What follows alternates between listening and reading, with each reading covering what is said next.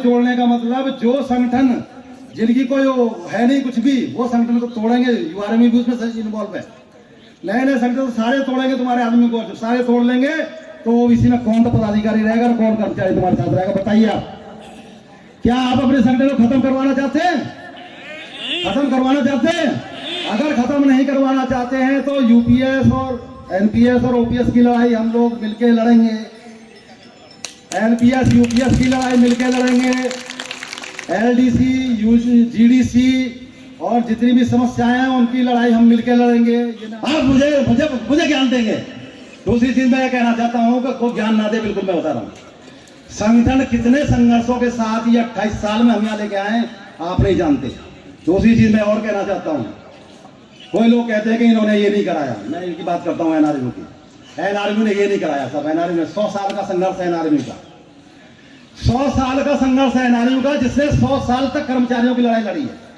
एक OPC OPS की बात करते हो, यूआरके वाले कह रहे हम ओपीएस जाएंगे। अरे यार, माननीय प्रधानमंत्री जी रात को 8 बजे आए थे, 8 नवंबर 16 में उन्होंने कहा था रात के 12 बजे से आज 1000 का 500 का नोट बंद। आज फिर आ जाए, रात को 8 बजे के हैं कि आज रात के 12 बजे से यूपीएस एनपीएस बंद और ओपीएस चालू। कौन मना कर रहा?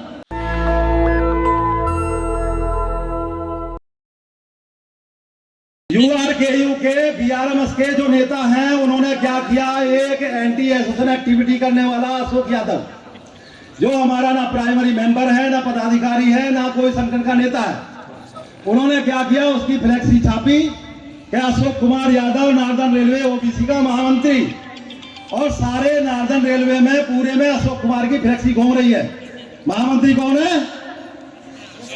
कौन है? फ्लैक्सी किसकी चल रही है? अशोक यादव की। क्या अशोक यादव का आपने कभी देखा था?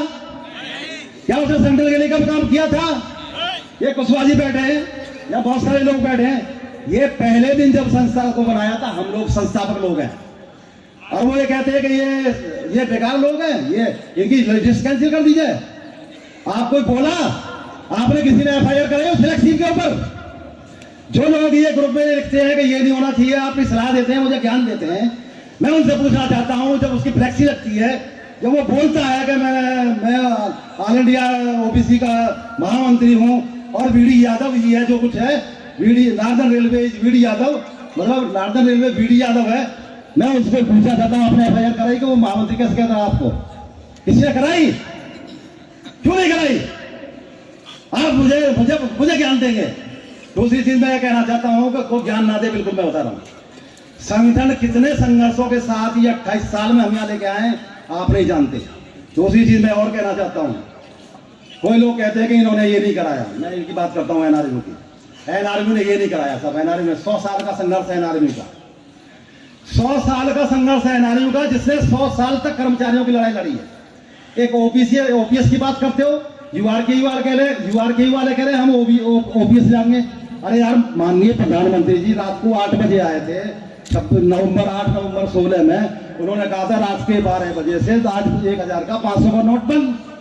आज फिर आ जाए, रात को 8 बजे के हैं कि आज रात के 12 बजे से यूपीएस एनपीएस बंद और ओपीएस चालू। कौन मना कर रहा? बताइए, कौन दे रहा? यूआरके वालों से पूछो किसने दिए एनपीएस, किसने दिए यूपीएस। ठीक है? कोई भी संगठन अनुशासन में चलता है। कोई एक ब्रांच का कोई पदाधिकारी जिसको 4 महीने हुए, 6 महीने हुए, 8 महीने हुए, मुझे ज्ञान दे क्या साहब ये नहीं करना चाहिए, वो नहीं करना चाहिए। दूसरी चीज, मैं दूसरी यूनियन के ऊपर आता हूँ। यूआरके को 2007 में हमने समर्थन दिया था, बहुत सारे लोग जानते होंगे, त्यागी जी आप भी जानते होंगे।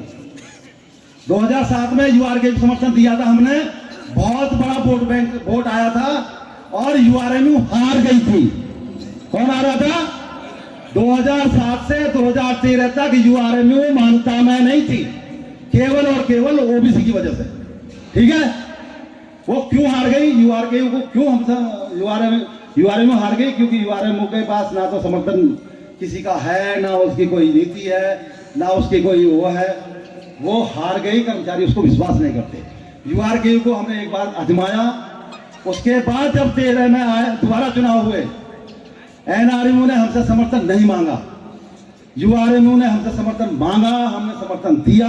और 7 साल का जो आपका जो 2006 से लेकर 2013 तक का जो पीरियड था, उसमें क्या होता था, एनआरएमयू, ओबीसी, एससी, एसटी, तीन संगठन थे।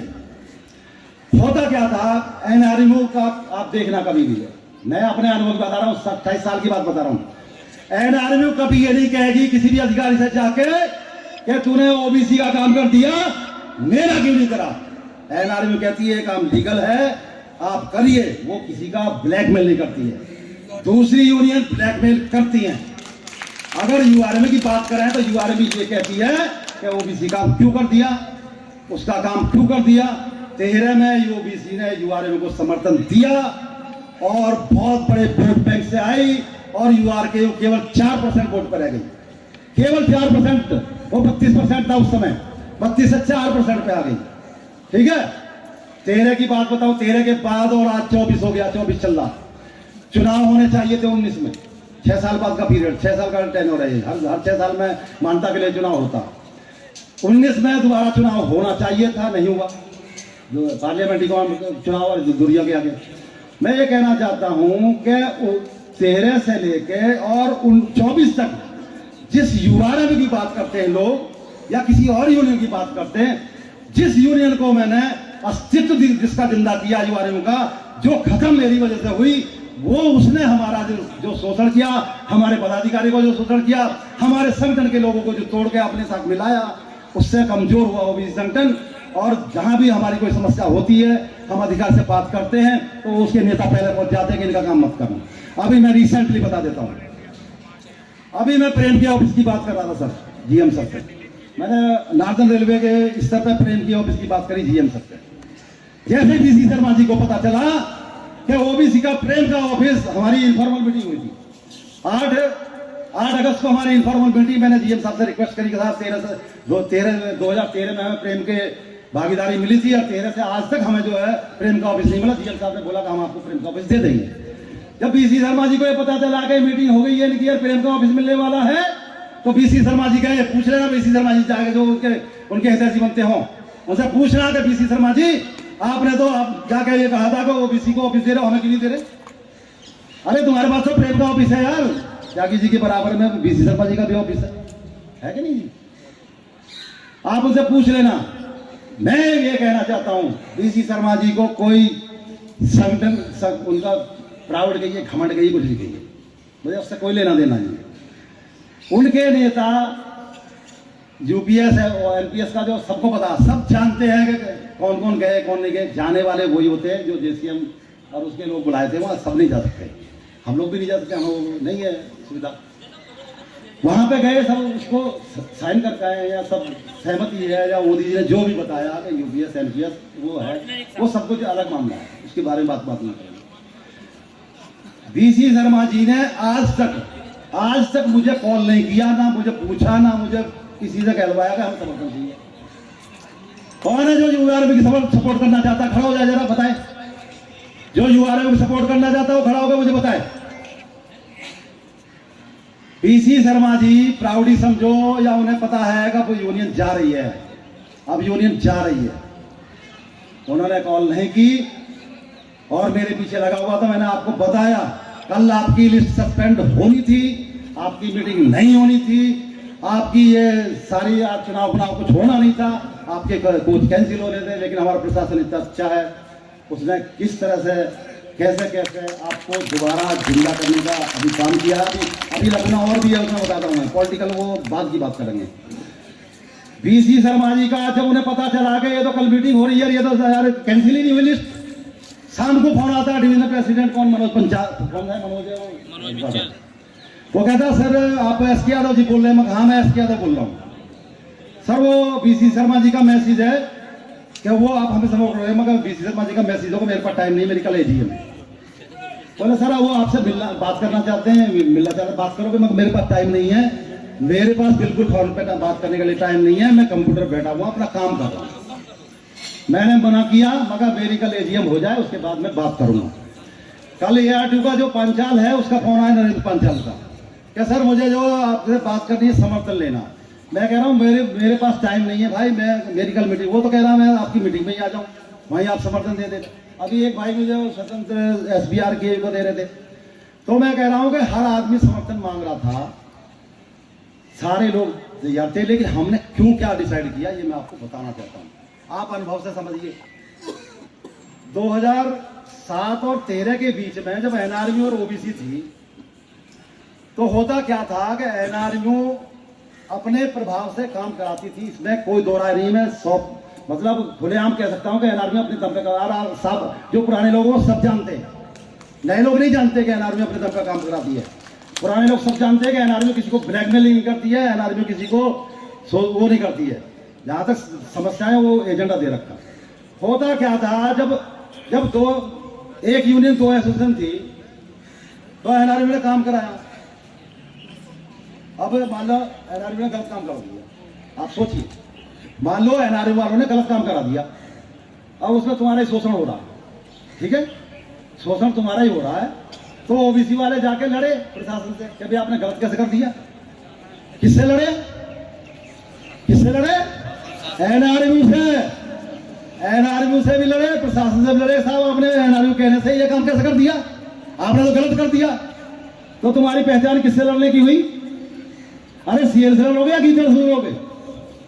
NRMU अपने आप में सबसे बड़ा संगठन है, भारत का सबसे बड़ा संगठन है, समझिए।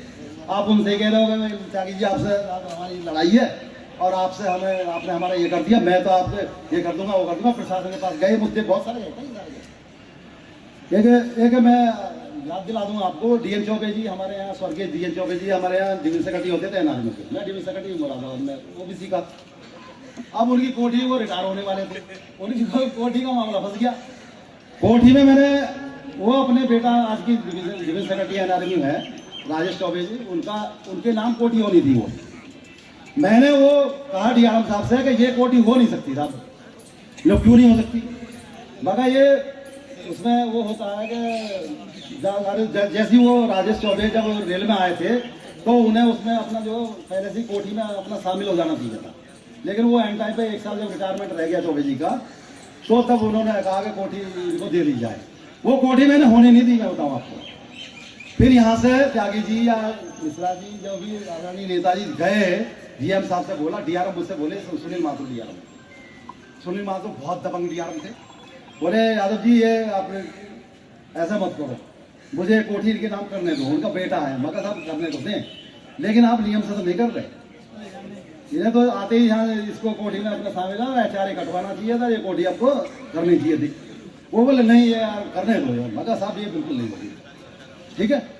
अब DRM कहते हैं यार आप मेरी बात तो सुनो, आप कुछ तो सुनो मेरी बात, मगर साहब क्या सुनो, आपकी गलत कर दिया आपने। तो बोले ठीक है, आप कागज दो, सब पत्तर दिए, कागज पत्तर सब दिए गए, सब कुछ, लंबी लड़ाई चली। उसके बाद हमारा यही प्रोग्राम होना था, अधिवेशन था हमारा, मेरे ख्याल में 16 बात हो रही होगी। अधिवेशन में DRM को हमारे मुख्य अतिथि आना था, DRM उसमें हमारे प्रोग्राम में आने थे, मैंने उन्हें निमंत्रण दे दिया, वो बोले ठीक है आएंगे। अब 4 दिन पहले सीनियर DNC मुझे कहते हैं यार यादव जी वो मामला खराब हो रहा है, वो राजेश चौबे की कोठी नहीं हो पा रही है, और DRM बार बार कह रहे हैं यार उन्हें बुला के समझा के कैसी करो। मगर DRM साहब से मैंने कह तो दी, बोले आप एक बार फिर देख लो। DRM साहब से मिलकर मैं DRM साहब के पास फिर गया, DRM साहब बोले देखो ऐसा है, मैंने GM साहब से कमिटमेंट कर दिया कि ये कोठी मैंने कर दी, कमिटमेंट नहीं, तो मैंने ये कोठी कर दी इनके नाम अलॉट, ये मैंने GM साहब से बोल दिया। अब बताओ आप मेरी GM साहब से बात खराब कराना चाहते हो या ये कोठी होने दे? मगर साहब होने दो, मुझे कोई आपत्ति नहीं है, आप जब इनको एक कोठी दे रहे हो तो एक कोठी मेरे कर्मचारी ने लगा रखी है, उसकी भी दे दो। उस समय एक कोठी इनके राजेश चौबे जी की अलॉट हुई और दूसरी कोठी हमारे सुनील पाल, क्या नाम है, सुखपाल, उसको कोठी अलॉट हुई। मैं कहने का मतलब ये है कि जब लड़ोगे, संघर्ष करोगे, तो तुम्हें जानेंगे लोग क्या NRMU से लड़ रहे हो। अगर तुम छोटी छोटी उनसे संगठन से लड़ोगे तो तुम्हें पूछेगा कौन यार, पहचान क्या होगी तुम्हारी। और आज ये संगठन जो इतना बड़ा बैठा हुआ है ना, इसीलिए बैठा कि हमारी लड़ाई आए दिन NRMU से होती रहती है।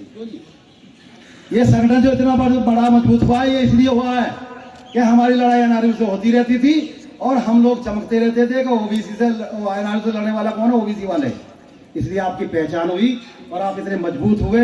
मैं आपसे ये कहना चाहता हूँ कि एनआरयू ने कभी भी हमारे पदाधिकारी को नहीं तोड़ा होगा। आप देख लीजिए, पदाधिकारी तोड़ने का मतलब जो संगठन जिनकी कोई है नहीं कुछ भी, वो संगठन को तोड़ेंगे। यूआरएम भी उसमें इन्वॉल्व है। नए नए संगठन सारे तोड़ेंगे तुम्हारे आदमी को, जब सारे तोड़ लेंगे तो ओबीसी में कौन तो पदाधिकारी रहेगा और कौन कर्मचारी तुम्हारे साथ रहेगा, बताइए आप। क्या आप अपने संगठन को खत्म करवाना चाहते हैं? खत्म करवाना चाहते हैं? अगर खत्म नहीं करवाना चाहते हैं तो यूपीएस और एनपीएस और ओपीएस की लड़ाई हम लोग मिलकर लड़ेंगे। एनपीएस यूपीएस की लड़ाई मिलकर लड़ेंगे। एलडीसी जीडीसी और जितनी भी समस्याएं हैं उनकी लड़ाई हम मिलकर लड़ेंगे। ये मैं आश्वासन देना चाहता हूं। अगर ये नहीं लड़ेंगे हमारे साथ तो फिर मैं इनके अलग हो जाऊंगा मैं। ठीक है, आप लोगों को ये कहना चाहता हूं कि आप लोग जो भी लोग हैं, आप सब लोगों से कहना चाहता हूं, आप बिल्कुल गुमराह नहीं हुए। जो छोटी मोटी आपके पीछे घूम रहे हैं, कोई हाँ मैं कई सारे लोगों को और नेताओं के फोन नहीं, विजय बंधु जो एनआरयू के है वो टीचर का, वो मेरे पास फोन आए। फिर एक समाजवादी पार्टी का राष्ट्रीय कोई पांडे जी है, उनका फोन आया कि साहब ये कर दो। बीसी शर्मा जी से मैंने बात की नहीं, ठीक है, क्योंकि कल किया उन्होंने। पहले करते तो मैं बात कर लेता। पहले अगर वो कह रहे थे मुझे फोन करते तो मैं बात करता, उनसे मैं पूछता बीसी शर्मा जी ये बताओ, जब मेरा प्रॉब्लम का ऑफिस हो रहा था तब आप कहाँ क्यों गए थे वहाँ कहने के लिए। इसलिए बीसी शर्मा जी की हिम्मत ही नहीं कि मुझे बात कर ले। मैं बता रहा हूँ ये मैं चैलेंज भी कर रहा हूँ। और आप एक देख लो, एक बात और देख लो, अगर पिछड़े वर्ग का भला चाहते तो केवल एक यूनियन होना चाहिए। केवल और केवल एक, और केवल क्या आप एसपीआरई के को ले आओगे? क्या एनआरयू को बना सकते हो एक? क्या यूआरएम को बना सकते हो? क्या दूसरी किसी यूनियन को बना सकते हो? एक अगर बनेगी तो एनआरयू बनेगी। और मैं आज इस मंच के माध्यम से ओबीसी कर्मचारियों की समस्याओं को लेकर उनके समाधान के लिए एनआरयू को समर्थन देता हूं। और दूसरी तरह ये बताना चाहता हूं, एक एक कर्मचारी मेरे पर विश्वास रखिए। और मैं ये आगाह करना चाहता हूं, एनआरयू वालों से भी मैं कहना चाहता हूं कि कुछ समस्याएं हैं हमारी, कुछ नेता लोग हमारे लोगों को परेशान करते हैं। मैं उनसे कहना चाहता हूं कि उन ऐसे नेताओं को बोलें कि ओबीसी से अगर हमारे लोगों को सताया जाएगा, हमारे लोगों को नुकसान किया जाएगा तो फिर हम बंदूक लेकर तलवार लेकर खड़े हो जाएंगे। ठीक है,